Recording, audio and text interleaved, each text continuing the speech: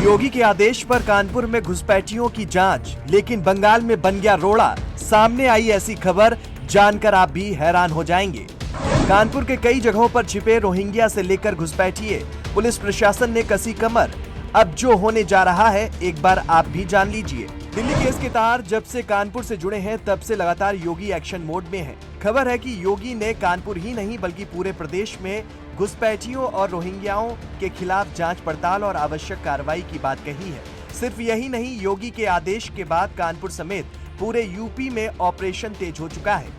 Police, LIU, special जांच टीमें और प्रशासन बस्तियों में दस्तावेजों की जांच कर रहे हैं। लेकिन इस बीच कानपुर में चल रही जांच में एक ऐसा बड़ा पेच सामने आया है जिसने पूरा अभियान अटका दिया है, और पेच का कनेक्शन पश्चिम बंगाल सरकार से है। रिपोर्ट्स की माने तो कानपुर में पिछले कुछ दिनों से चल रहे इस अभियान ने कई चौंकाने वाले तथ्य सामने ला दिए हैं। यहाँ 16 बस्तियों में लगभग 1000 लोगों के कागज चेक किए गए। ज्यादातर लोगों ने खुद को असम, बंगाल, झारखंड और छत्तीसगढ़ का निवासी बताया। लेकिन जब दस्तावेजों की जांच शुरू हुई तो सुरक्षा एजेंसियों की चिंता बढ़ती चली गई, क्योंकि एक एक कागज अलग अलग कहानी सुना रहा था। अब तक 117 लोग ऐसे मिले हैं जिनके आधार कार्ड, वोटर आईडी या परिवार रजिस्टर एक दूसरे से मेल ही नहीं खाते, यानी पहचान संदिग्ध, दस्तावेज संदिग्ध और रहने का इतिहास पूरा धुंधला दिखा। कई के कागजों में अलग अलग एजेंसियों ने अलग अलग रिपोर्ट भेजी है, जिससे पता ही नहीं चल पा रहा है कि कौन सही है और कौन गलत। हालांकि सबसे बड़ा पेच बंगाल वाले 250 लोगों पर है।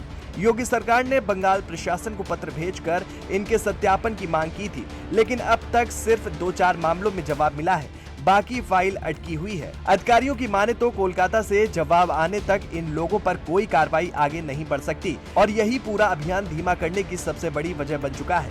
इसी कारण योगी सरकार अब बेहद कड़े मूड में नजर आ रही है, और सूत्रों की माने तो केंद्र स्तर पर भी इस मुद्दे को उठाया जा सकता है।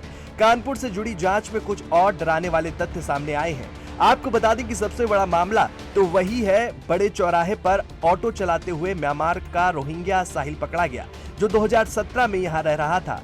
उसके तमाम दस्तावेज एक पूर्व सभासद ने गलत तरीके से बनवा दिए थे। परिवार समेत सभी गिरफ्तार हो चुके हैं और साहिल अभी भी जेल में है। इसके अलावा पुलिस लाइन के पास रहने वाले 20 परिवारों की जांच की गई। भले ये रोहिंग्या नहीं निकले, लेकिन ये जरूर सामने आया कि वे सभी अवैध रूप से रह रहे थे।